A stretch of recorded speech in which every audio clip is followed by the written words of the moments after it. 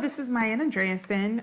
Today we are going to create a rig for a tail or tentacle or something like that. So it's going to be a simple rig.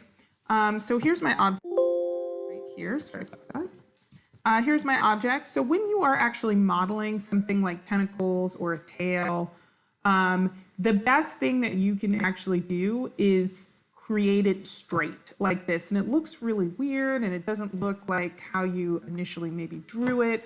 But once you create the rig, it'll be fine because then you'll be able to curl it and or wag it or make it move the way you want. So what we're going to do is we are actually going to create a FK rig, forward kinematics.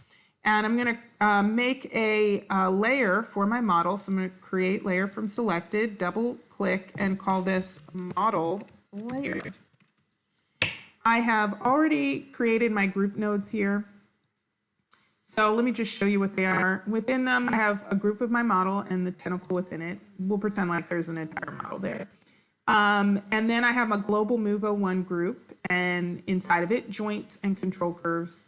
And inside of, and both of these are subgroups of my squid rig 01. We'll pretend like there's an entire squid model here, and we're just rigging one tentacle. All right, so with my character on its layer, I'm going to put it into template mode, and then I'm going to go into front mode, and then I'm going to go Alt-B so I can see what the heck is going on. Ooh, let's do it this way.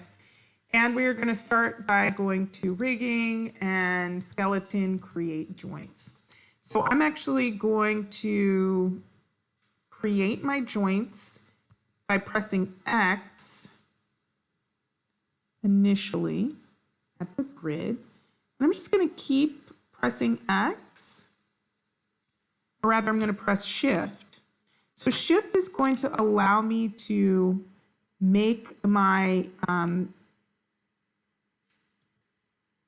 my joints go in a straight line.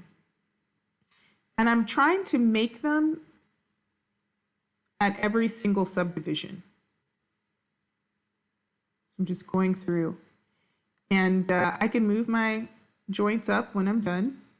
So I'm just pressing Shift. All right, I have a nice straight line. So I'm gonna press W and just move it up. And there we go. All right, so now I need to name all these joints. So there's 11 joints, and this one's going to be BN for bind. We'll call it Tentacle. I hope that's how you spell tentacle. A. Oh, well. And then I'm just going to copy and paste, and this will be B. This will be C. This will be C, D, E, F,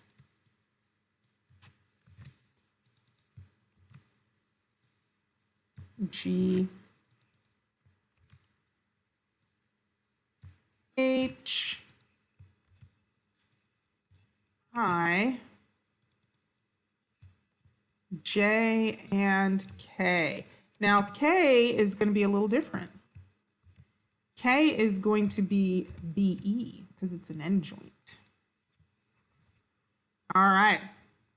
Okay, so let's go to perspective view and Alt B so we can see things a little bit better. All right, great. Okay, so the reason I have this as long as I have it, the actual model, is making these controls is going to be a very repetitive process. And so I want everybody to get in the habit of it. Okay, so here we go. So this is going to be a very simple rig. We're going to create some NURBs. We're going to create a NURB circle, and we're going to snap it to the joint here. And then I'm going to rotate it 90 degrees in the Z, as you can see over there. Freeze transformations, delete its history, and then make it bigger. Let's go into control vertex mode. I right mouse pressed to do that and make it big enough so that we can see it, right?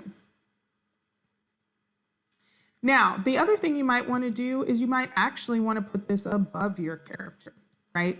Because if this is something that is attached to an actual full model, you probably want it above the character. So I'm actually going to move this above my character. You see I shaped it kind of like a sickle.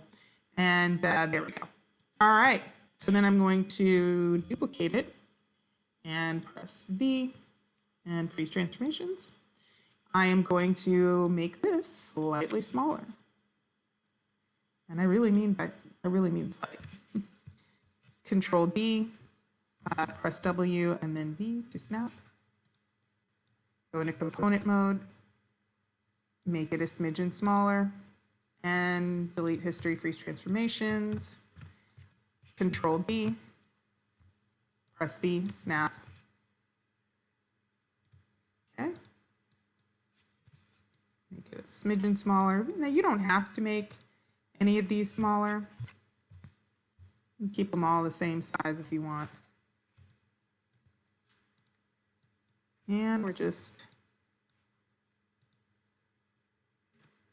freezing transformations as we go along. Control D.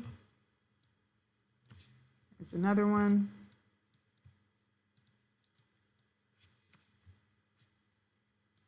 The other thing that you can do is you can try and evenly space things a little bit.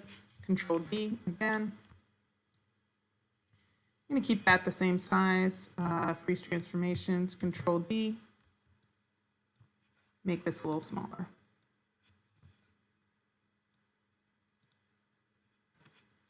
Control D. Freeze transformations. And then we're going to have one last one, Control D. And freeze transformations. All right, the last thing I'm going to do is just position these a little bit different. So I'm going to put this here. And then this one is going to be here. And so on and so forth. Just so that they are a little bit closer to my model, but still selectable. Okay. Let's go here.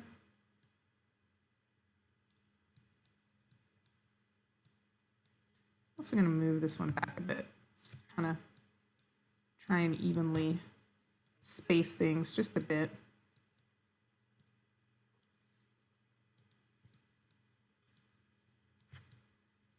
All right, and we'll do the same with this one. Remember to just do this in template mode though, or in vertex mode, component mode, because we want our pivot points to be at the joints. All right, so we're actually going to name our controls exactly like the joints. So I'm going to select this, I'm going to copy the name and go to my control and paste, and this just call this CC. So that's what I'm going to do. It's going to make it easier on me. Copy and paste and replace BN with CC. Copy, Control V to paste, CC, replacing it. Let's copy this name, go to this one, and replace. Select this joint, copy the name, paste it, CC. Next one. Yeah, it was E. All right, we got F.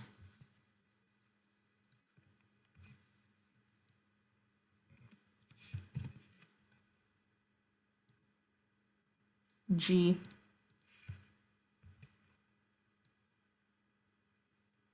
Just want to make sure. CC as our prefix. So the only thing that ever changes here is the prefix. And you'll notice the last joint doesn't have a control. That's on purpose. It doesn't need one. It doesn't have any child. So it's not actually, like if you made a control, it wouldn't actually do anything. So yay, one less control.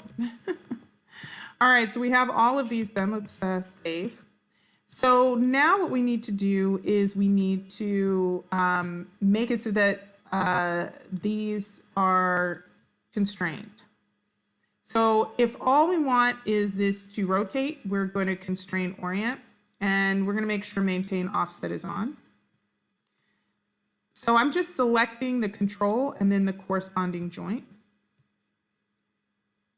and then hitting apply. And as you can see, all these joints are now pink. So what that means is that they have influences on them. And you can tell which control goes to which joint if you look over here in the channels. So while I'm doing this, just check out my channels. The channels have corresponding names. So this is D, and this is the D joint, and apply. And that's another reason why it's good to have a good naming convention system, because all of this can get confusing really quickly. All right, so for this last one, it's going to be a little different.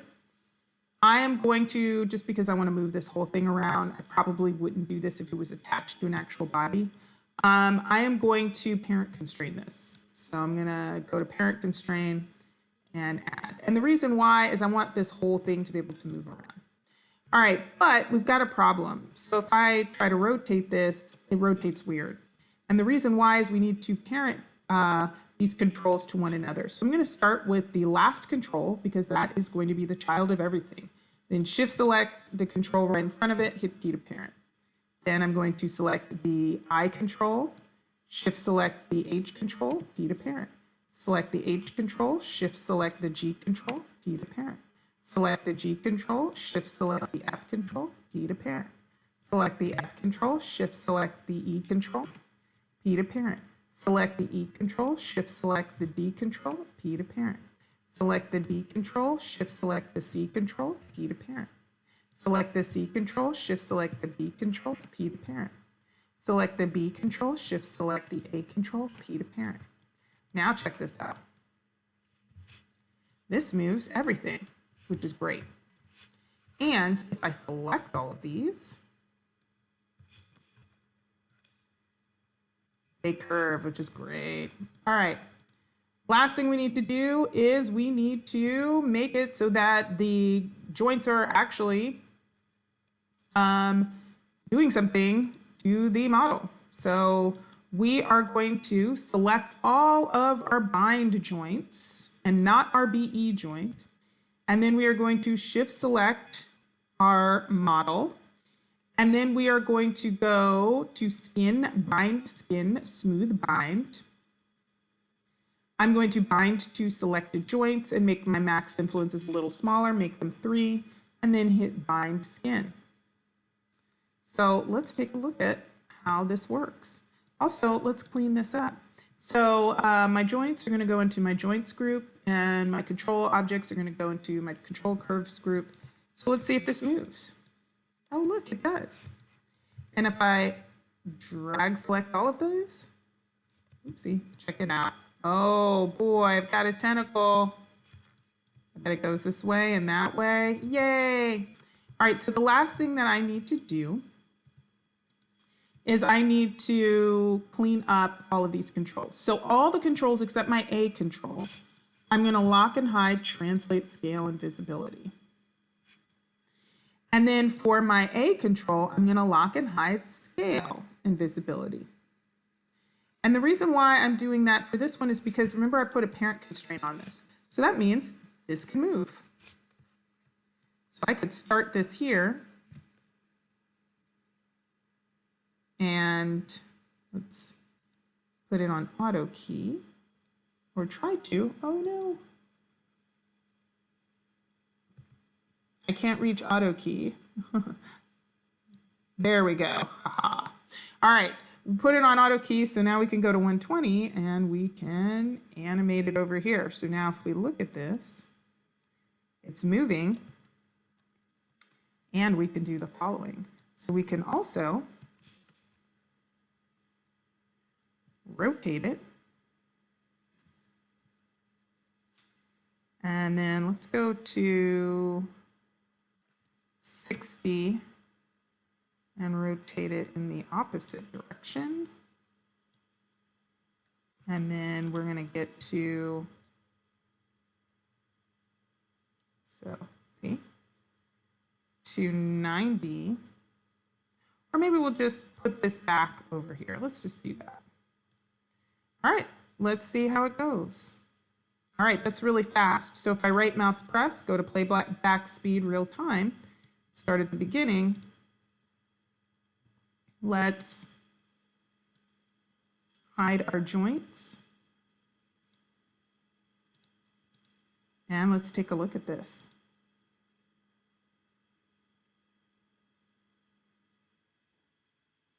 Pretty cool. All right, I hope you found this useful. Till next time, bye-bye.